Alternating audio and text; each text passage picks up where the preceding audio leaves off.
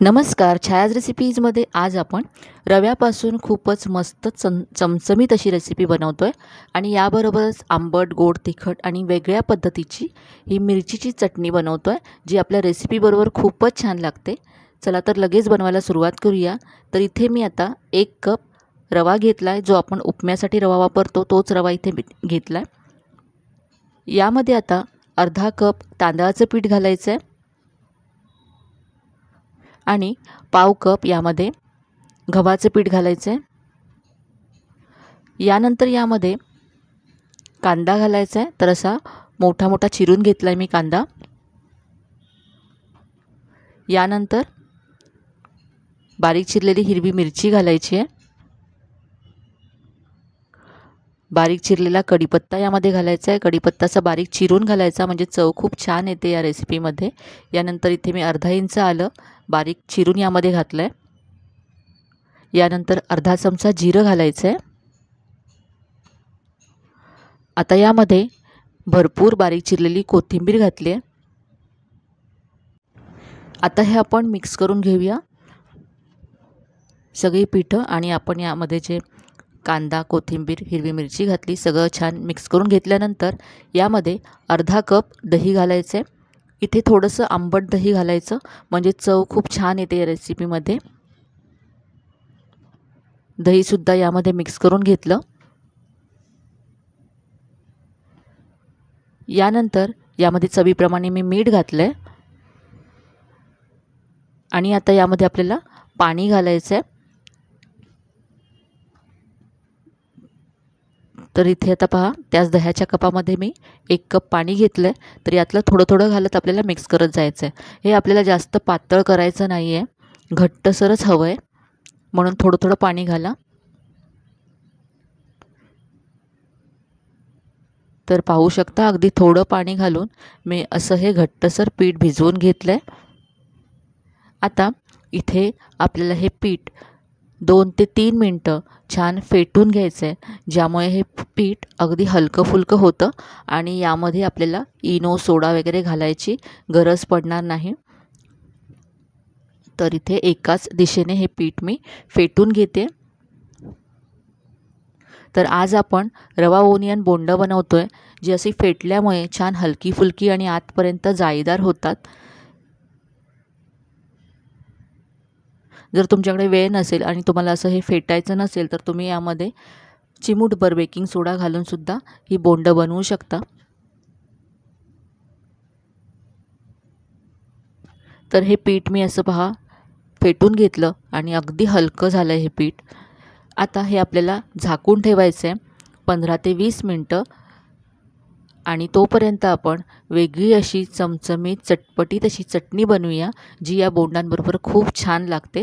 तर यासाठी इथे मी एक पॅन गरम करत ठेवला आहे गॅसवरती. यामध्ये 1 चमचा तेल घालायचं आहे. तेल गरम झालं की यामध्ये 1 चमचा कच्ची चण्याची डाळ घालायची आहे. ही डाळ मी आधी पुसून घेतली आहे. आता डाळीचा किंचित रंग बदलेपर्यंत आपण परतून घेतली. यानंतर यामध्ये आलं घालायचं आहे. तर अर्धा इंच आलं असं तुकडे करून घेतलं आहे. यानंतर यामध्ये हिरव्या मिरच्या घालायच्या आहेत. तर इथे पहा 10 ते 12 हिरव्या मिरच्या मी घेतल्यात आणि ह्या कमी तिखट असतात. अशा पोपटी रंगाच्या मिरच्या घ्यायच्या, ज्या तिखट नसतात फारशा. तर ही मिरचीची चटणी खूपच मस्त होते, वेगळ्या पद्धतीची आहे, नक्की करून पहा. या मिरच्या घालायच्यात आणि आता ह्या मिरच्या आपल्याला परतून घ्यायच्यात. मिरच्या पटकन सॉफ्ट व्हाव्या यासाठी यामध्ये चवीप्रमाणे मीठ घालायचं आहे आणि आता मिरच्या आपण त्याच्यावरती डार्क स्पॉट येईपर्यंत परतून घेऊया. तर लगेचच 1 ते 2 मिनटामध्ये या मिरच्या सॉफ्ट होतात. मिरच्या आता सॉफ्ट झाल्यात. गॅस बंद करून या मी आता मिक्सरच्या भांड्यामध्ये काढून घेते. आता यामध्ये 1 मोठा चमचा गूळ घालायचा आहे. जर तुम्हाला जास्त गोड नको असेल तर तुम्ही अर्धा चमचा गूळ घातला तरी चालेल. गूळ मी असा बारीक चिरून घेतला आहे. यानंतर यामध्ये थोडीशी चिंच घालायची आहे, यामुळे आपली चटणी आंबट गोड अशी होईल. आता यामध्ये पाणी घालून ही चटणी आपल्याला वाटून घ्यायची आहे. तर ते थोडंसं पाणी घालून ही चटणी मी अगदी बारीक अशी वाटून घेतली आहे. आता या चटणीला आपण फोडणी देऊया. ज्यामुळे आपली चटणी आणखी खमंग होईल. तर त्याच पॅनमध्ये मी 1 चमचा तेल घालते. तेल गरम झालं की यामध्ये अर्धा चमचा मोहरी घालायची आहे.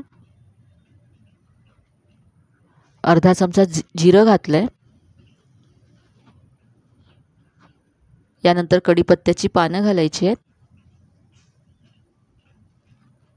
यानंतर इथे मी अर्धा चमचा यामध्ये उडदाची डाळ घालते आणि हे सगळं आपण 1 ते 2 मिनटं परतून घेऊया.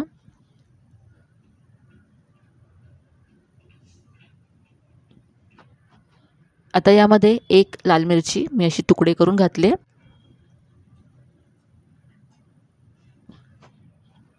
आता यामध्ये आपण चटणी घालूया. तर इथे चटणी आपल्याला जास्त शिजवायची नाही आहे. गॅसची फ्लेम अगदी मंद ठेवायची आहे. मिक्स करून घ्यायचं आहे आणि मिक्सरच्या भांड्यामध्ये पाणी घालून ते सुद्धा यामध्ये मी काढून घेतलं आणि लगेचच गॅस बंद करायचा आहे आणि मिक्स करून ही चटणी आपण काढून घेऊया. आपली चटणी तयार आहे. तर इथे चटणी पहा मी बाउलमध्ये काढून घेतली आहे. अगदी चटपटीत अशी मस्त चटणी तयार आहे, जी बोंडांबरोबर खूप छान लागते. तर अशी वेगळ्या पद्धतीची चटणी तुम्ही एकदा तरी नक्कीच बनवून पाहायला हवी. चटणी तयार आहे. आता आपण पुढची कृती करूया. तर इथे जे आपण पीठ झाकून ठेवलं होतं ते पाहूया. तर हे आधीपेक्षा घट्ट झालं आहे आणि अगदी बोंडं बनवण्यासाठी अगदी परफेक्ट आहे. तर अशी गोल आकाराची आपण बोंडं यापासून बनवणार आहोत. तर यासाठी इथे मी तेल गरम करत ठेवलं आहे. तेल अगदी व्यवस्थित गरम करून घ्यायचं. नंतर गॅसची फ्लेम मीडियम करायची आणि गोल आकाराची ही बोंडं तेलामध्ये सोडायची आहेत.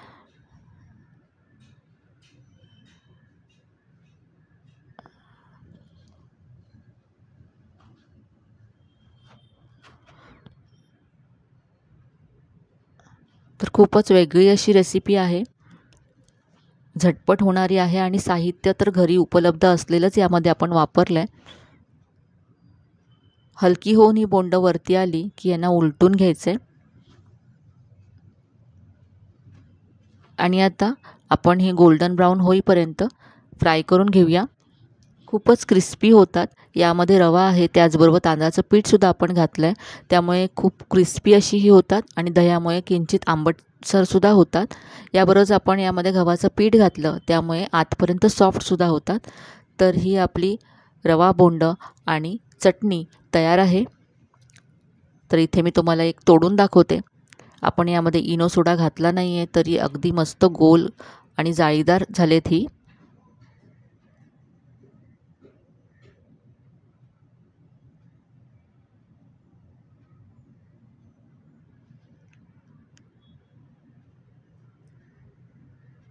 तर आजची ही वेगळी मस्त अशी रेसिपी तुम्हाला नक्कीच आवडली असेल.